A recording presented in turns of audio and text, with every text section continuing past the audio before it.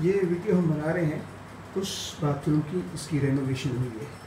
इससे कबल हम दिखा चुके हैं कि ये कैसा था, पुराना था, टूट फूट हुई, फिर प्लस्तर हुआ और उसके बाद जाके अब इसमें ये काम कंप्लीट हुआ है। और ये देखिए आप टाइल्स आपको नजर आ रही हैं, टाइल्स हैं सारे, ये इसकी नई फिटिंग्स है, कमोड है मेरा, ये नीचे के टाइल है,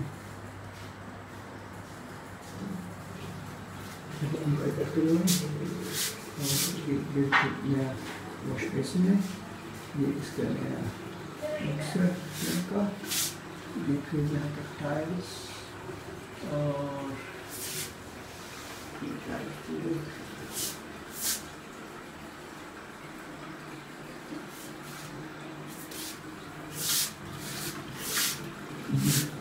लेकिन सारी बिल्कुल सारी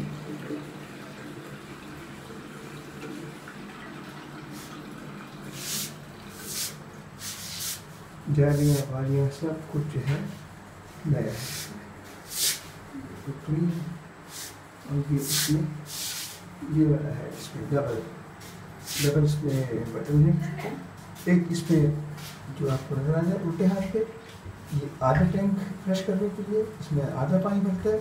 और ये बड़ा वाला है, ये वाला जो है इसको दबाने से पूरा टैंक भर जाता है और फ्लश हो जाता है, इससे आधा और इससे पूरा।